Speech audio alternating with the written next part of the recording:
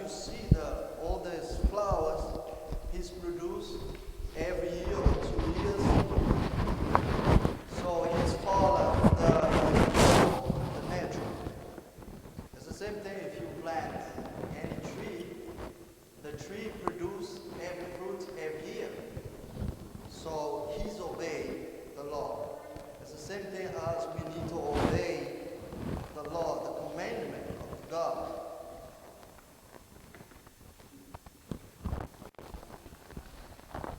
There are many different needs to consider before plant a plant.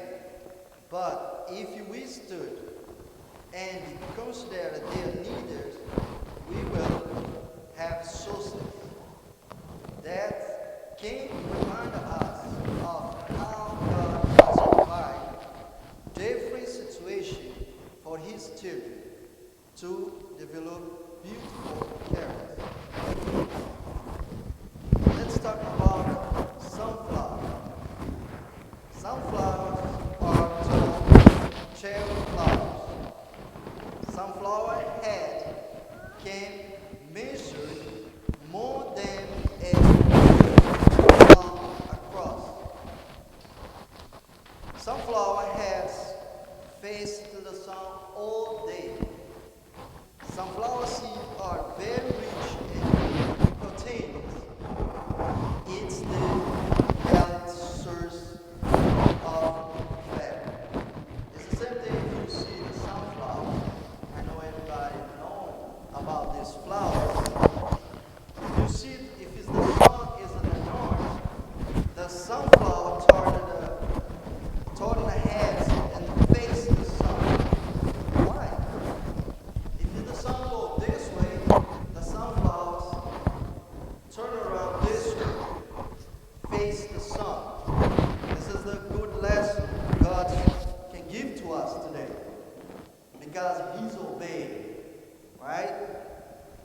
But we need to obey too. If the God is saying to us to go this direction, we need to follow God. Because if you do the different thing, you disobey God. Why is to use sunflower? Ways to use sunflower. Add to trial mix, stir in your hot milk, make salad dress, make sunflower oil. This is the thing you can do about to use the sunflower. Benefits of sunflower seed. We know everybody here uses the sunflower seed. He says it's rich in vitamins and minerals, high in antioxidants, promotes healthy hair and nails, help low cholesterol, promote healthy immune system, convenient, probably snack, taste great.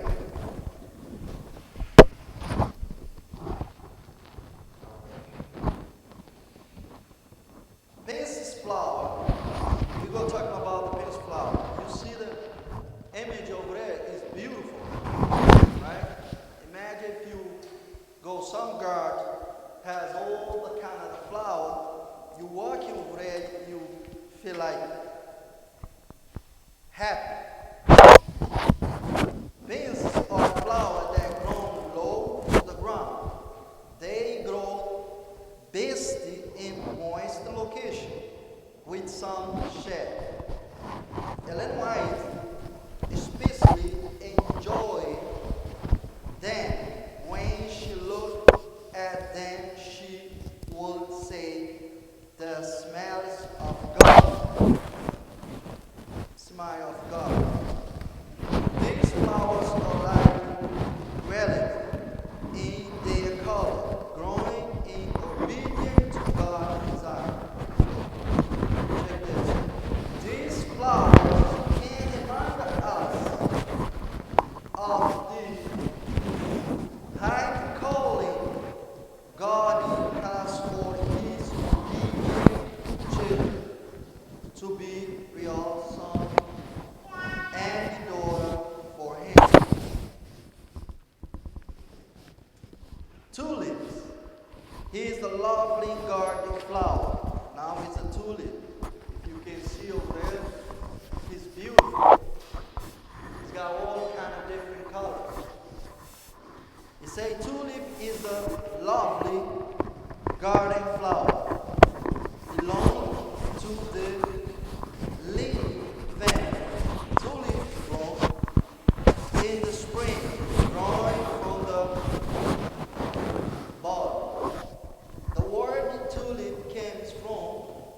a Turkish word means to. It looked like the hat of the priest.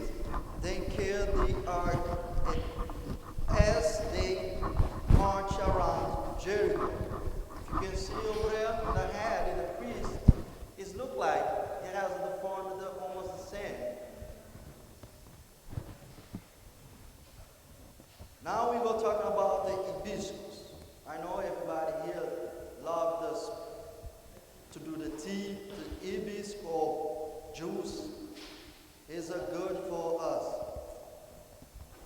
The hibiscus belongs to the melon family. It is used as a small shrub and 3-4 birds along yards. Ochre is a member of melon family. Another member of the family is the rose of Sharon. Hibiscus, this is the benefit you gotta eat because it's too much over there. I don't know if you guys can see it. You have some like benefit you can get it if you use hibiscus.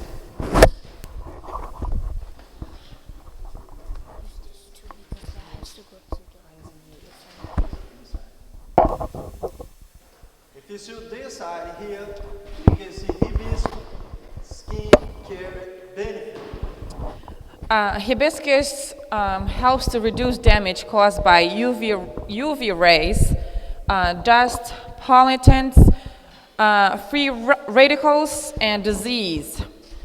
It also promotes aids in cleansing, exfoliation, unclogging pores, tightening fine lines and wrinkles.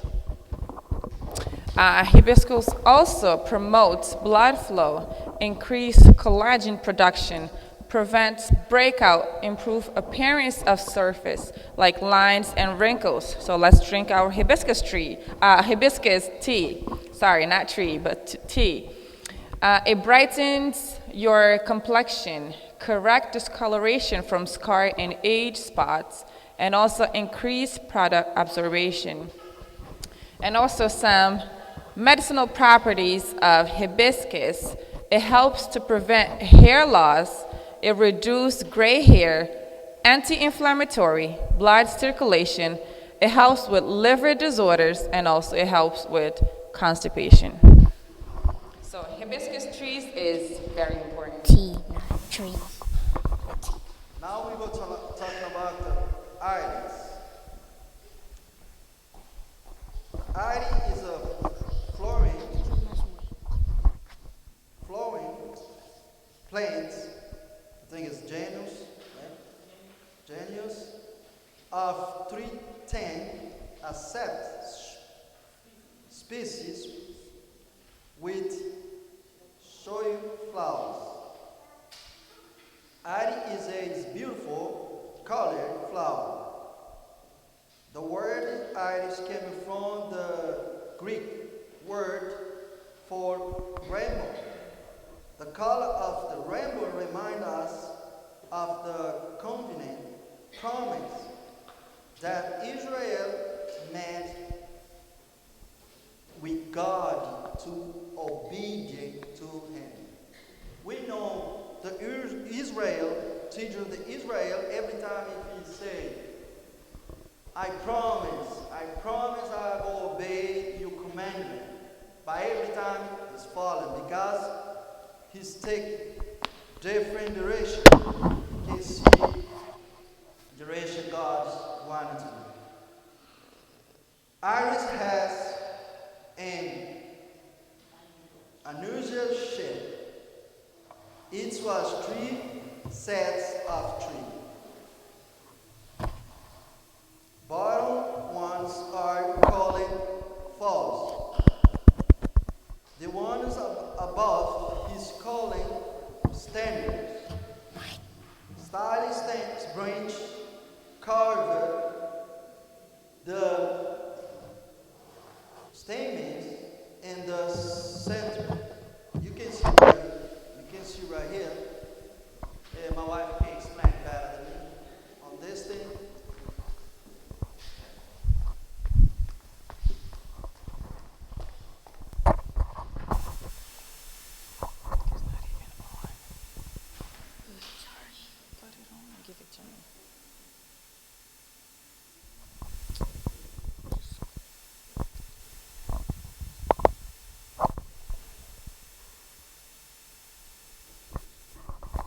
Okay, as you see in the pictures, down here we have the falls or the septals, and then we have the veins. That's extra part. We have the yellow part, which is like a signal. As you can see, there's two standing. It's called the standard paddles, and then right in the middle, there's two little ones that is kind of protecting the inner part of the flower. So that's called the style arm or the style branch. Okay, it's beautiful. The follows. Get ready. The feet is the evidence of the things not seen, just as flowers are the evidence of roots not seen. Now my wife's going to talk about the spirit thing, and he has some activity to children to do.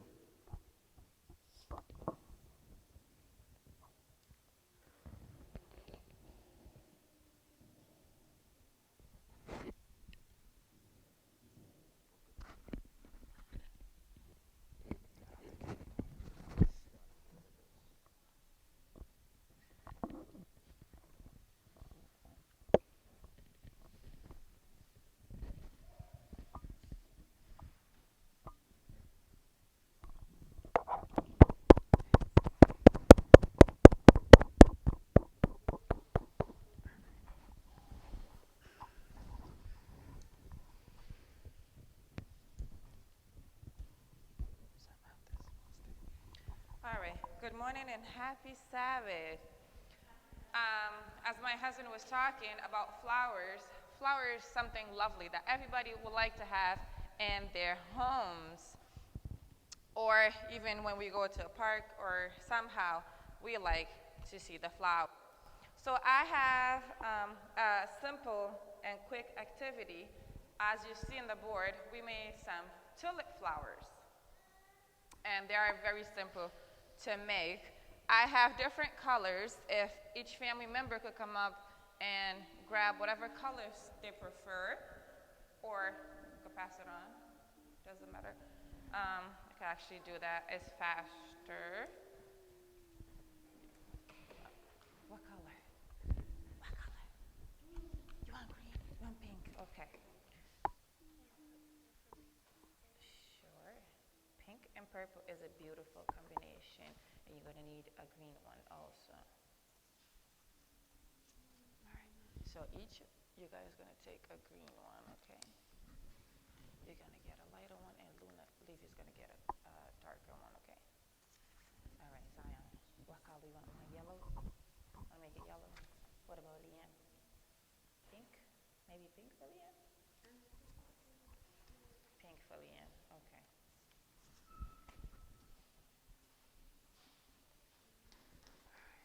Bring this to Leanne. All right. You guys go have a seat, okay? All right. And from the older adults, you guys will make it too. And hang it out. Sister Victoria, what color would you like? We got pink, purple, and yellowish kind of thing. Pink. All right. Paula, want some color? Let's make the flowers. It's going to be a beautiful project. I'm over here shaking. And you're going to need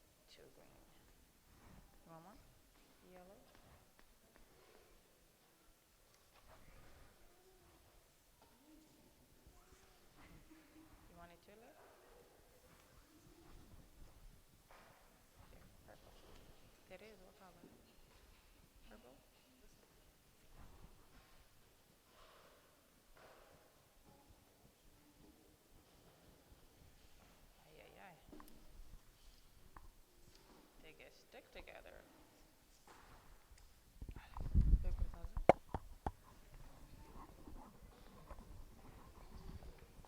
It's okay. Here. All right. Good morning. Good morning. Just in time. We have some colors for our project.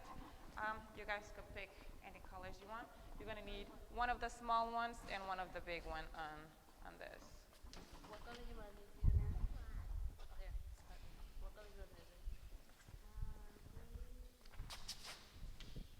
Okay, our activity is pretty simple. So we're going to start with the rose itself. So the smaller paper that you have, we're going to put two beaks, like we're making a triangle kind of thing.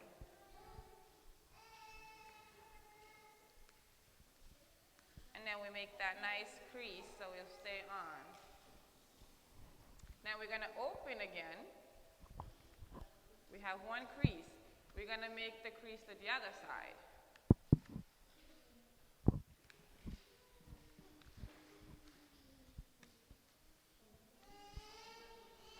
So your paper should have a crease in the middle and you already have another crease. So leaving your paper folded just the way it is, we're going to get one of the edge, we're going to flip it. And make a nice crease. And then we're going to do the same thing to the other side. Grab it and make a crease.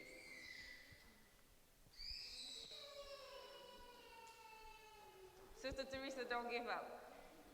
Come on. No giving up.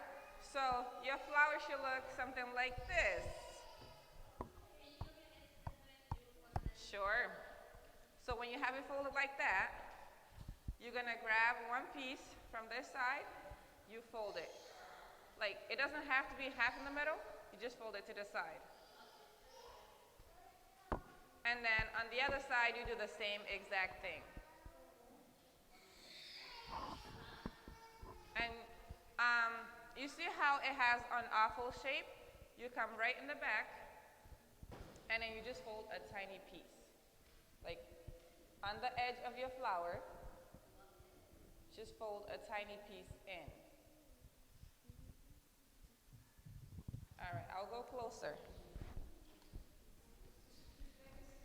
So, on the side of your flower, just fold a tiny piece in. So it gives that nice round kind of shape to it. So, with your side, instead of putting right in the middle, it's just go to the side like this. Like you don't have to go right in the middle. So, you fold right to the side. And then that's when you're going to have that edge, and then you flip it. All right. How is it looking? All right. There. So you got the flower. That's an easy part of the flower. Sister Veronica, you got it? Yes. Perfect. Just like that. And with your green paper, this is going to be the same kind of process, just a little bit tricky. But we're going to do the same process of folding in half, like making a triangle.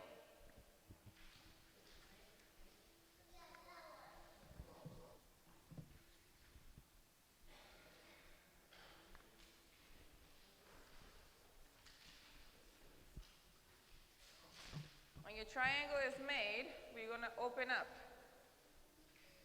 And now this is the part where I want you to fold it right where you have the crease. Right where your line is, we're going to fold it.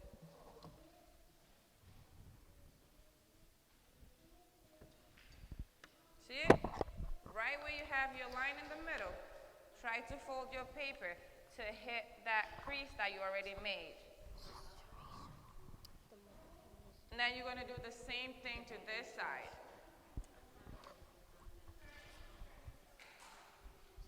Oh, sorry. So you're going to do the same thing to both sides, falling in the middle. So you gotta have like an awful triangle shape. And then what we're gonna do is grab the other part, so you can flip your paper, grab the other part, and fold it into half.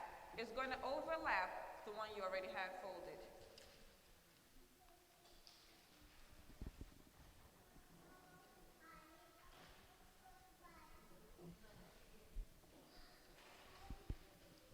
Fold the overlap. It will overlap the one you already have.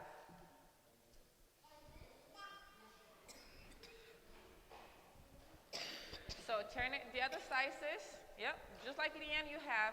Now fold it to make another triangle. It's gonna overfold with this piece. You see it? Sis Victoria, you got it. Right there. Yes. So you're gonna do the same thing to the other side. It's just gonna overlap. This is teaching us have patience. Okay, we will have something like this. Is everybody there? Okay. So Paula, why you didn't find it is on your top part. Fold it halfway again. Fold it like you're making a triangle inside. Yep. It's gonna overlap. Yes. Right there.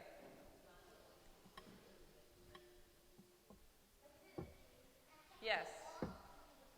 Yes. Gonna have something looking like this to make our flower part, the petals on the bottom. Okay.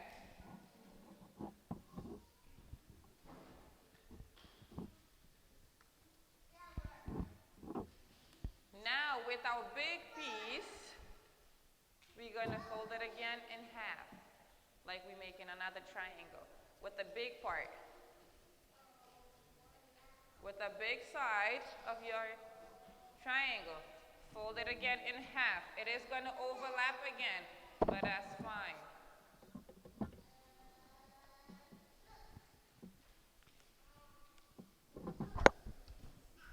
Sorry, Sister Victoria. We're going to overlap your bigger part. Find your bigger part of the triangles, and then fold it again in half. Yes.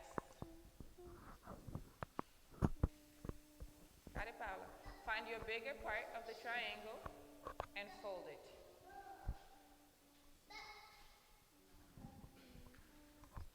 And then we do the same thing to the other side. We fold it again. Yes, I like that, just like that.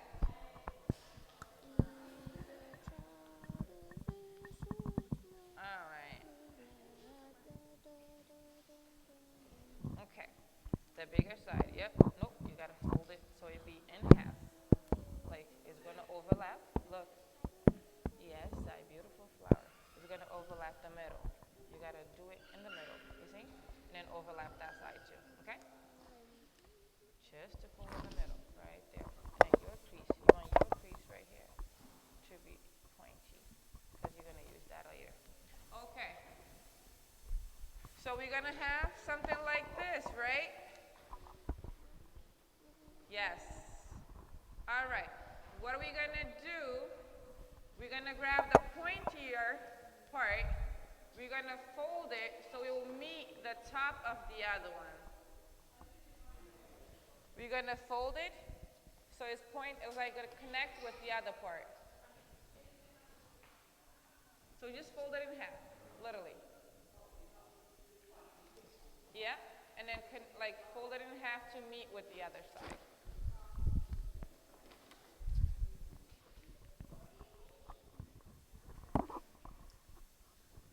And then you're gonna have something like this.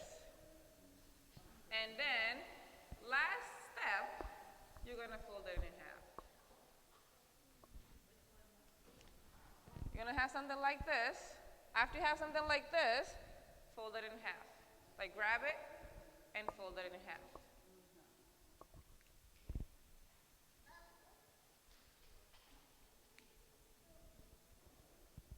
And you're gonna have your stem. And what you're going to do is just pull it a little bit out and crease it. And then on the bottom of your flour, if you grab your scissor, or if you want to use glue, you could do that. But in the bottom of your flour, just snip a little piece of the bottom. And then you'll be able to insert this little piece in there.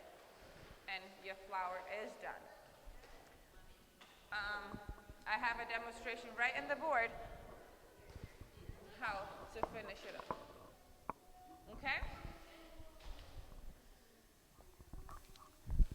Brother James, I will teach you how to do this flour later on. All right, there you go. I see Sister Terry, you got it. Who else? George, you got it. All right, let's see, Sister Veronica.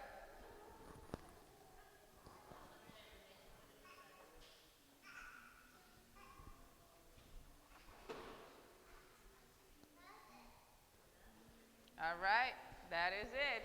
You got a flour. And Sister Teresa and Sister, you guys will need a little scissor to snip your edge. Good job, Zion. Here's a scissor. Just snip a little part in the bottom, and then you'll insert. That's too big, just a little bit. Yep, right there. And then you will have a little kind of hole, you see? And then just insert that part. And you got your flour. All right. That was our little tulip flower. Hopefully you guys enjoy. You could do many more and pass out to people. That's a good gift. Now we're going to get into our spiritual. Jericho was the key of the whole country, and it would present a formidable obstacle of the success of Israel. 2 spies. Joshua therefore sent 2 young men as spies to visit this city and ascertain something as its population, its resource, and its strength of its fortifications. That's on Patriarch of Prophets, page 482, paragraph 4. The inhabitants of the city, terrified and suspicious, were constantly on alert, and the messengers were in great danger.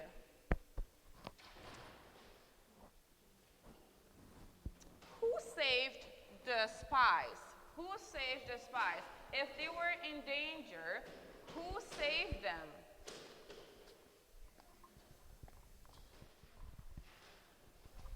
Luna? Rahab. No. Nathan, turn it on.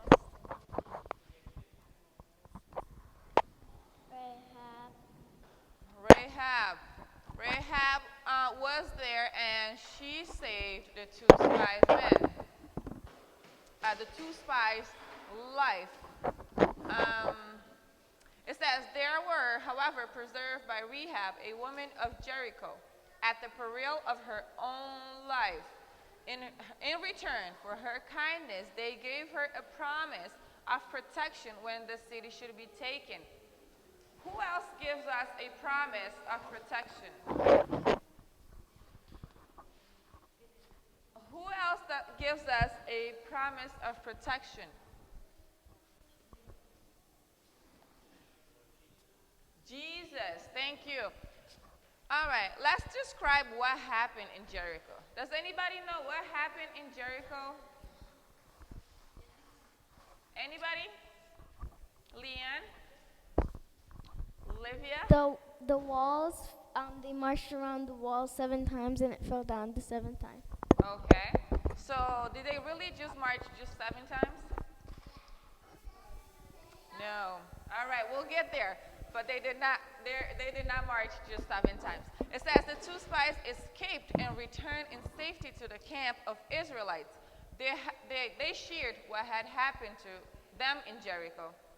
And they said unto Joshua, truly the Lord had delivered into our hands all the land, for even all the inhabitants of the country do faint because of us. Why were the inhabitants of Canaan afraid of Israel? Why would you think they were afraid? Why were they afraid? All right. We have heard how the Lord dried up. All right. Go ahead, Sister Veronica. Because they heard of the miracles that God has done for the Israelites. That's right. They heard the miracles. It says, we have heard how the Lord dried up the water of the Red Sea for you when ye came out of Egypt, and what ye did unto the two kings of the Amorites that were on the other side of Jordan, Sihon and Og, when ye utterly destroyed. And as soon as we have heard these things, our heart did melt, neither did there remain any more courage in any man because of you. The Lord your God, he is God in heaven above and in earth beneath. After all this thing had happened, what did Joshua do first? What was the first thing Joshua did?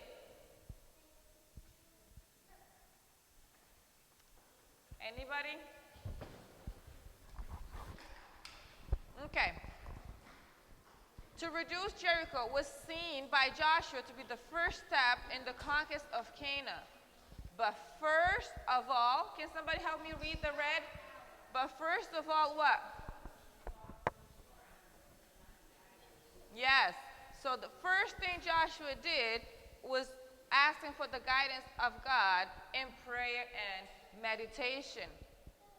And it was granted for him. Withdrawing from the encampment to meditate and pray that the God of Israel would go before his people, he beheld an armed warrior of lofty stature and commanding presence, with his sword drawn in his hand. To Joshua's challenge, art thou for us or for our adversaries? The answer was given, as the captain of the host of the Lord, am I now come. The same command given to Moses in Horeb, loose thy shoes from off thy foot. The place whereon thou standest is holy. Reveal the true character of the mystery stranger. So the same command that was given to Moses when he was in Mount Horeb was given to Joshua wherever he was. That place became holy because of what?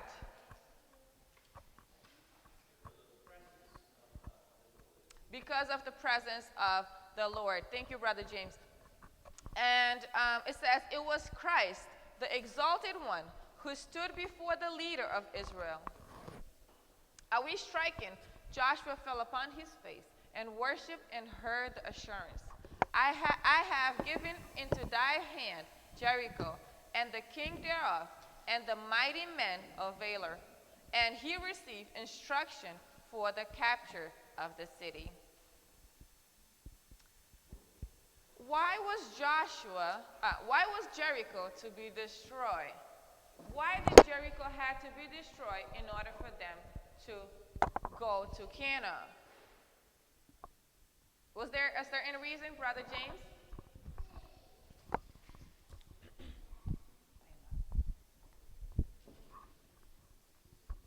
In modern terms, you could say that Jericho was a superpower, and they had an exerted influence in that part of the region. And that place was very wicked. They gave themselves to idolatry, and they did not have any regard when it comes to worshiping the true living God that they heard of, even though they knew that the Lord Jehovah was the true living God. That's right. They were wicked. Even though they had many things, but they were very disobedient and weak. And also, it was the main center of idol worship. They worshiped the moon. Yes, and all that kind of stuff of idol. All right, give a word picture of what the procession looked like going around the city. What do you think those people were going around the city? How did they look like?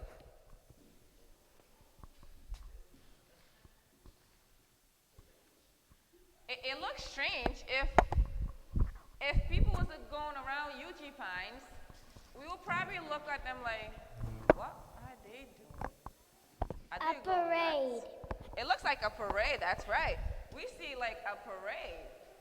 So we like wonder, what is the parade all about? What is this all about? So the people of Jericho was actually watching. It is a blurry picture, and if you look closely on the wall part, there's people looking. And there goes the people of Israelite marching, the 7 priests with the horns, and also the priest carrying the ark and the multitude behind them. How long did the people of Israel went around the city? And what happened after the last time? All right, let's do our math, Brother David. Let's see. Let's see if you guys are good in math here. And Jesse, you're going to go after.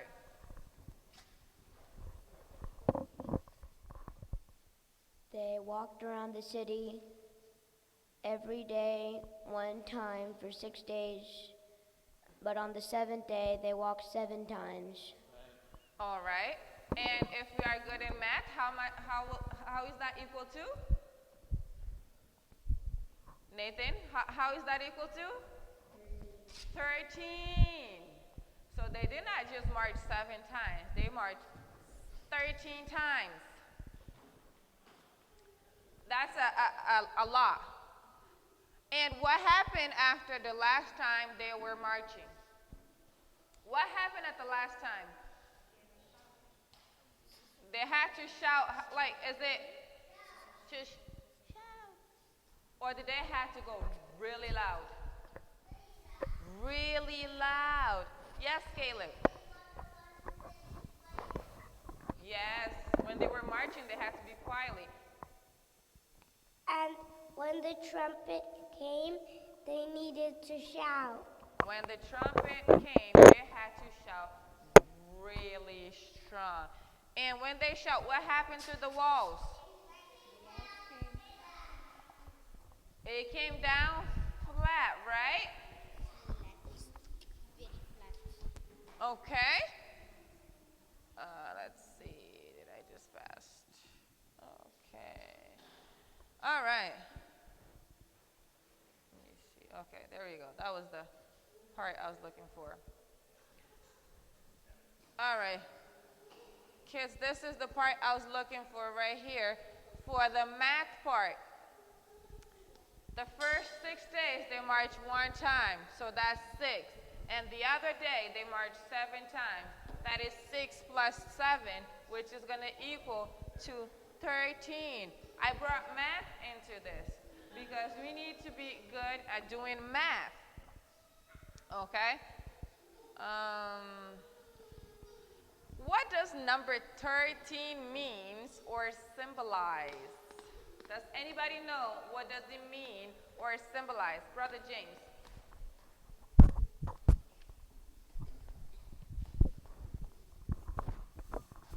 In the Jewish culture, and this is, I think, where the idea comes from, is that the number 13 is a symbol of a bad omen, of something bad that is about to happen. And if you go to a place where there are predominantly Jews, you'll see that they skip that number. So they start counting, and then they skip the number 13 and continue on. I don't know if you noticed that. I learned that, among having friends who were Jews, but also living in Brooklyn, in New York. So it was quite common to see that. Okay. Does anybody else wants to share their point? What number 13 means? So anybody knows? Okay. Jesse, do you know? What does it mean? 7. Okay. All right. Number 13 is the number of ill omen and it symbolized rebellion, apostasy, and corruption.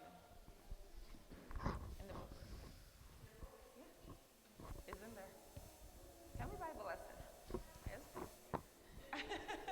We had to read carefully through our family Bible lessons. That's where I got this from. Okay? What was done with all the contents of Jericho? What was done to all the contents of Jericho? It was destroyed. But not all of it, yes? Not all of it. That's right. It says the people were to be observed, and when the trumpet should make a longer blast than usual, then all were to shout with loud voice, for God had given them the city. The walls fell down. How? The angels, unseen, threw down those mighty walls of Jericho. But there was something that was not destroyed. Not all of it was destroyed, right? As Brother James said, there was something that had to be taken out of Jericho to be used for God's purpose. The story will come after, like, knowing Rehab's family were saved. That's when we're going to learn all those parts that were saved from Jericho. Does anybody know how did Rehab and her family got saved? Do we know? Brother James?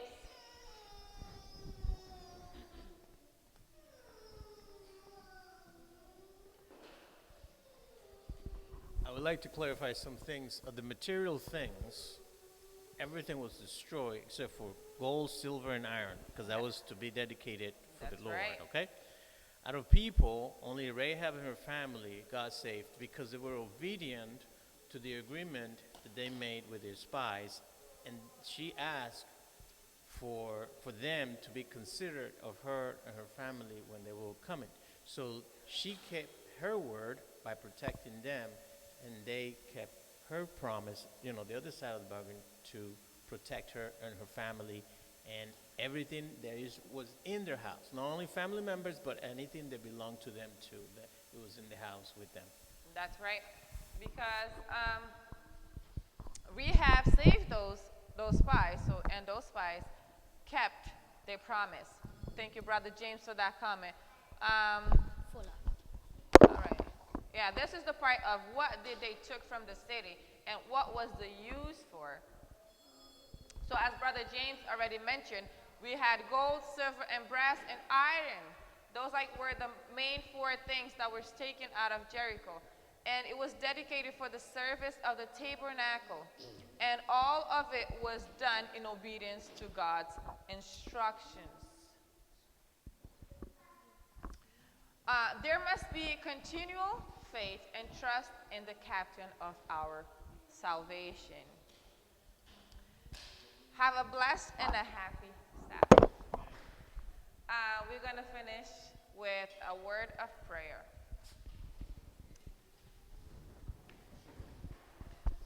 Our precious Father that's in heaven, Lord, we want to thank you so much for all you had done for the people of Israel, and also for what you have done in our lives, in our daily lives, Lord. Please help us to remember your Sabbath day, to help us keep it holy. Lord, be with our minds and our thoughts, that everything that we might do and might say that may be according to your will. Lord, bless us this day, we ask. In Jesus' precious name, amen.